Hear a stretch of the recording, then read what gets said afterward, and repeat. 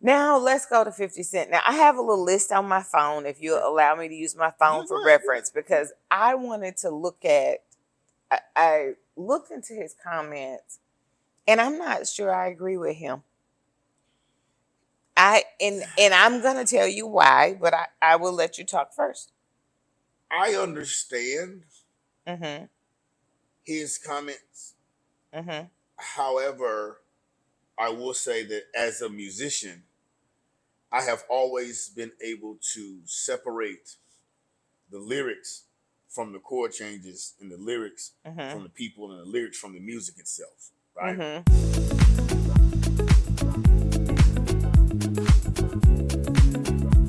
Ladies and gentlemen, I am O. And I am Nigel Kamanichi. And we are Candid and Clear. We are the best podcast that will bring you politics, current events, and relationship issues. Let me tell you what I need you to do. Go out and like, comment, share, and subscribe across all social media platforms.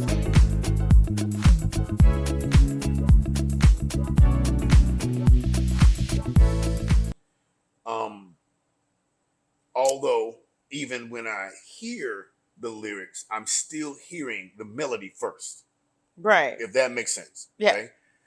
So I'll learn the tone and rhythm melody of a music before I even hear the words. Mm-hmm. Okay. So I'll probably hum your foolishness lyrics before I even know what I'm humming, right? Right. So when he says he feels that the lady rappers are being too over sexual in the lyrics and too over sexual, Mm-hmm. I understand what he's saying. However, there's been a paradigm shift Mm-hmm. to where society has merged so many things that were taboo. Okay. Right. I heard someone say that women nowadays are dressing like strippers in public. Well. I've heard people say that women are now being as vulgar Mm-hmm. as the men. So Mm-hmm. I think, and I'm gonna go ahead and throw this out there, I'm gonna let you walk with it. I have not seen 50 quote unquote date a ratchet. Well, I've told you he's a wholesome dater. We had this conversation. The women Chelsea Handler. The women that he's dated present a level of class out front. Now, how they act after they break up, now, I ain't got nothing to do with that. We're not talking post breakup. We talking with post 50. breakup, but because some of y'all need medication. yeah, that may be a catalyst to be in a relationship with that dude. I don't know because I've heard people say they need medication after dating me, but I get it. I would agree both. At the same time, look here. At the same time, I can separate the act from the artist. Right. It's like a lot of people, perfect example, a lot of people can't handle what's the boy name? Who? Played Steve Urkel. Oh, Jaleel White. Right, yeah. A lot of people can't see him on a TV screen outside of that role because they can't separate the character from the person. So when an artist, and I'm saying this because I'm very, very close to a lot of artists because of my career, I see it turn on and I see it turn off. Right. So I'm able to separate, and I can't verify or not whether or not the young ladies are acting like this in their everyday life. Mm-hmm. However, I understand where he's coming from. Mm-hmm. However, I also understand that it's a show. I want to say this. I think two things, and I like 50 Cent as a businessman, as a person. I'm thrilled when he posts online because it's always so funny. He is entertaining. But I absolutely believe he's looking at the optics. He's looking at the visualization and not the lyrics. So I think it's the visualization because when we study the lyrics, there are no more raunchy feminine rappers. Not one has emerged since Lil' Kim. Trina, partially, and maybe Cardi B.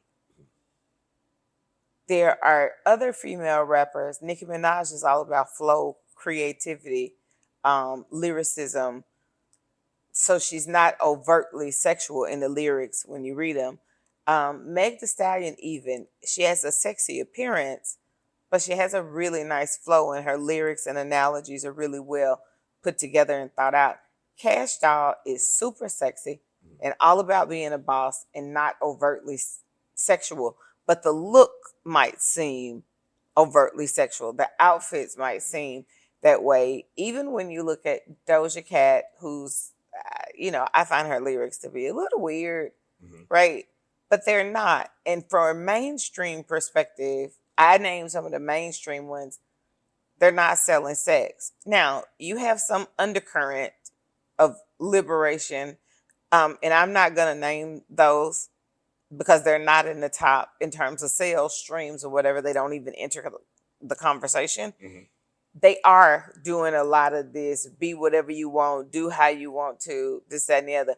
But there's not enough noise around it for me to acknowledge them to say that they're being overtly sexy or driving people that way. And, I think I'll go ahead and name the three that social media put next to his caption. The three were Meg Thee Stallion, GloRilla, and Sexy Red, if I remember correctly. What was GloRilla? Well, Sexy Red is a whole different animal. And to me, she just got here. But like you say, maybe that's it. When I think about GloRilla, when you think about the song she did with Kirk Franklin, when you think about the intro on her, she is really rapping her story. There is a bit of sex in there, but not enough to say that her lyrics are. I'm gonna be fair. Yeah. I like GloRilla. I like the fact that I love GloRilla. I am a GloRilla fan. Yeah. And I'm gonna tell you why. Yeah. When I was asked, why you like GloRilla, why you crushing on GloRilla, and I like the fact that she's a really, really small, petite girl, and she rap like she's 6'9", 400 pounds. Yeah, she raps with a chest. She rap with a chest, and yeah. I love that. I'm like, okay. I do too. Yeah, I don't have an issue with GloRilla. I think she is authentic. I think she is a breath of fresh air. I think she is what the industry needed. She is the voice of some of the younger generation, and she talks about her experience in a way that is clever. Yeah. She is clever. When I think about Kash Doll, who I just find to be so beautiful, she reminds me of Foxy Brown. She is the epitome of sexy, boss, chick, luxury, wealth. And she is a mom. And you see all the facets. Yes, you see all the facets of her life in everything that she posts. Right. And you know what? I'll go back. Okay, since you brought up Foxy Brown, and I'll compare Foxy to GloRilla from a musician standpoint. If the guys are sitting around, okay, and we on some man stuff right now, right? I'm talking toxic masculinity, slapping on the table, flipping the table over, getting mad at each other, that kind of craziness, right? There's a level of music in the background. It's the beat is hard, the rhythm is hard. Then to hear an elegant feminine voice over the top of that, like what is that song that Foxy Brown came out with? It was like the backbeat was nasty, and then to hear her voice over the top, it makes you stop what you're doing. Like, who is that? You have to take notice. I'm like, wait, yes, ma'am. Okay. Sit down and eat your food. Yes, ma'am. I love it. Yes. Yeah. Tell me what to do. I like it. I was like, okay. So that's what got me from a music standpoint. Like you got a hard, whoever doing her beats, whoever mixing her stuff, salute, sir. You or ma'am, whoever doing that in the studio, you're amazing. So to make it to where when she comes over that beat, right on that 16, it's wild. I don't know who writing the music. She might be doing it, or somebody else might be doing it. Yeah, I think Foxy wrote her own lyrics. I know Foxy did. I'm talking about GloRilla. Yeah. I think she writes hers. Yeah. You got my attention, man. Yeah, shout out to the mixers. It's on my gym playlist. Yeah, Big Glow. I just think, Big Glow. I just think. I think he took a small sample of feminine lyricism and a very small sample of the song and the music out right now. Now, some of the lyrics is a little. I'm like, all right, baby, come on. Well, I went through and actually read lyrics from like Little Kim, Trina, and some of those are just too far fetched. Right. But then I read. Hold on, let me see if I can get you a thing.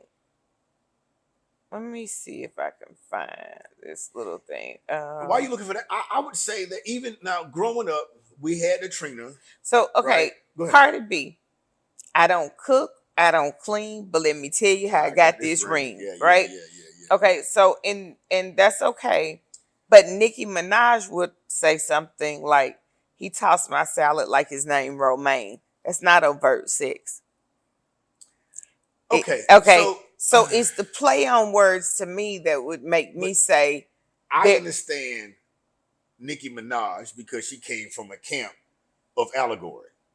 Mm-hmm. Okay, she came from under Lil Wayne and all that. So yeah, she gonna say something. Have you? Well, no, she had to really rap because Lil Wayne and Drake and them, they rap. Well, they have a vocabulary. They have analogies. Because she came from that camp, she'll spit a lyric out and you'll catch it 4 songs later. But wait a minute, on a commercial, right? When you singing it on your way to McDonald's. She said what I think she said. You know what I'm saying? So I get it.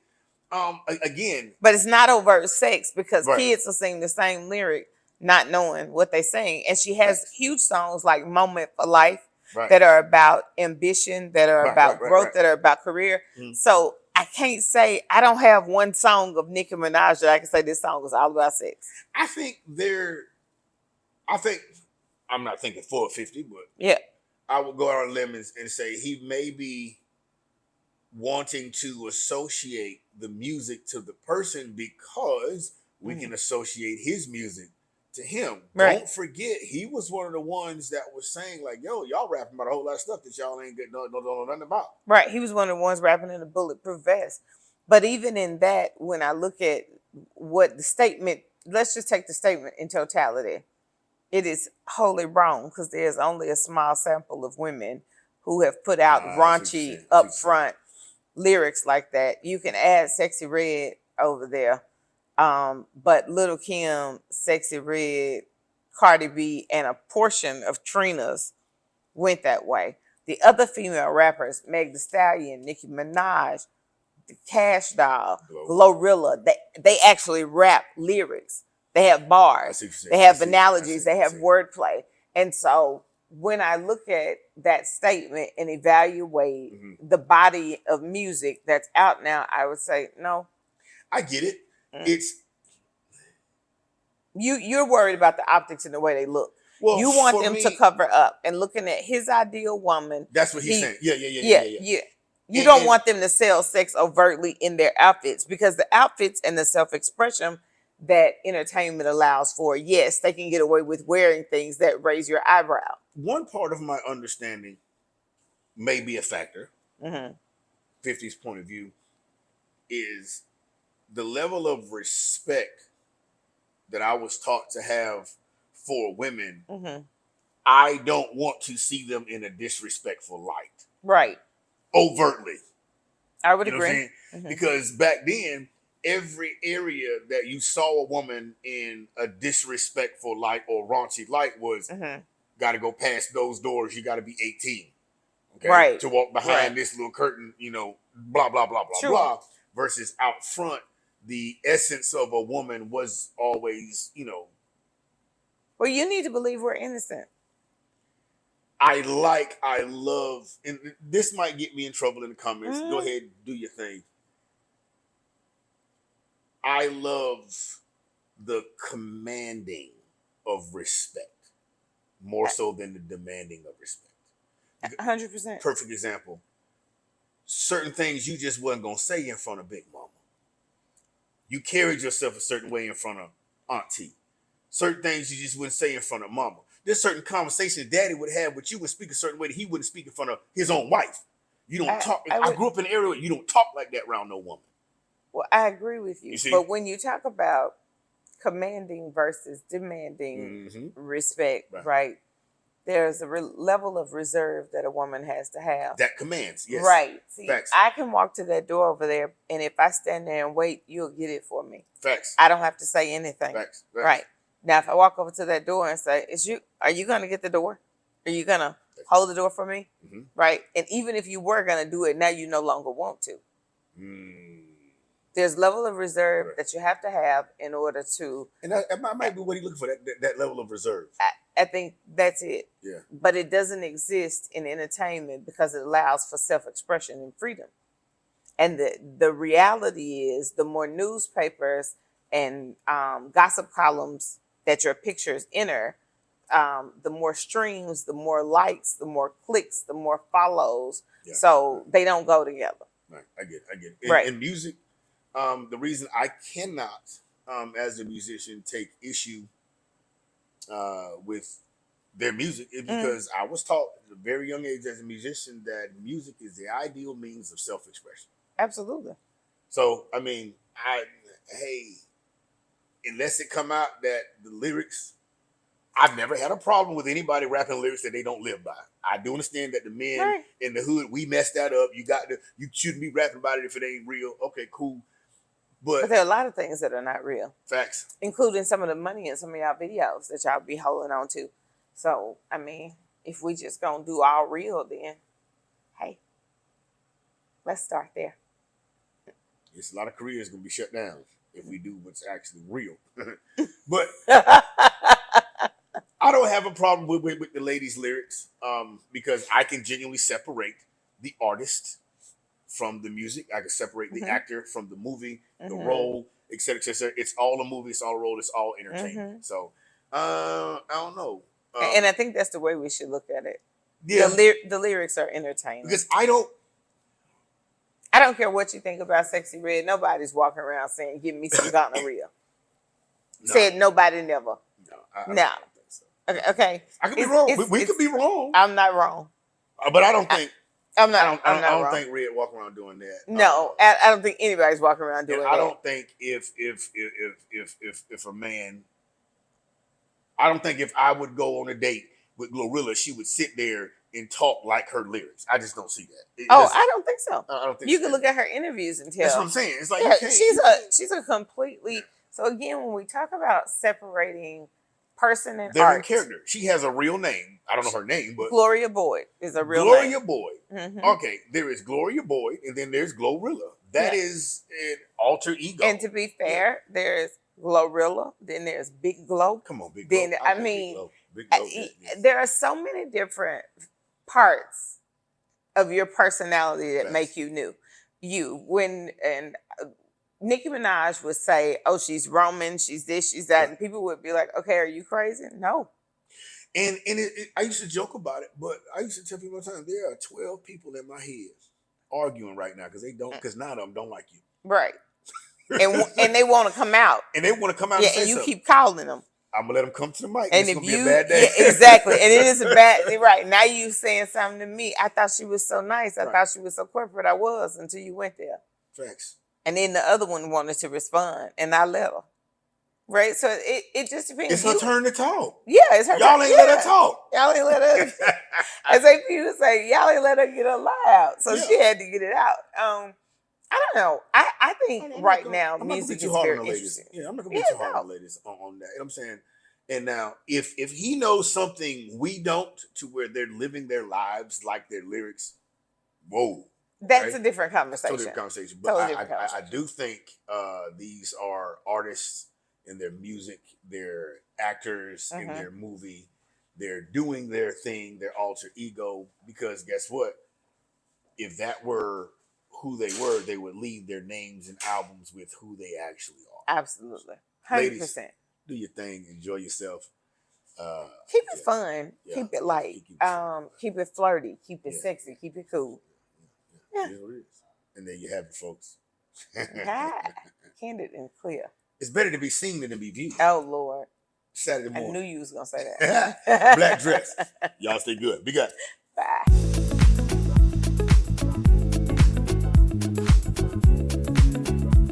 Ladies and gentlemen, I am O. And I am Nigel Comaneci. And we are Candid and Clear. We are the best podcast that will bring you politics, current events, and relationship issues. Let me tell you what I need you to do. Go out and like, comment, share, and subscribe across all social media platforms. And like, comment, share, subscribe.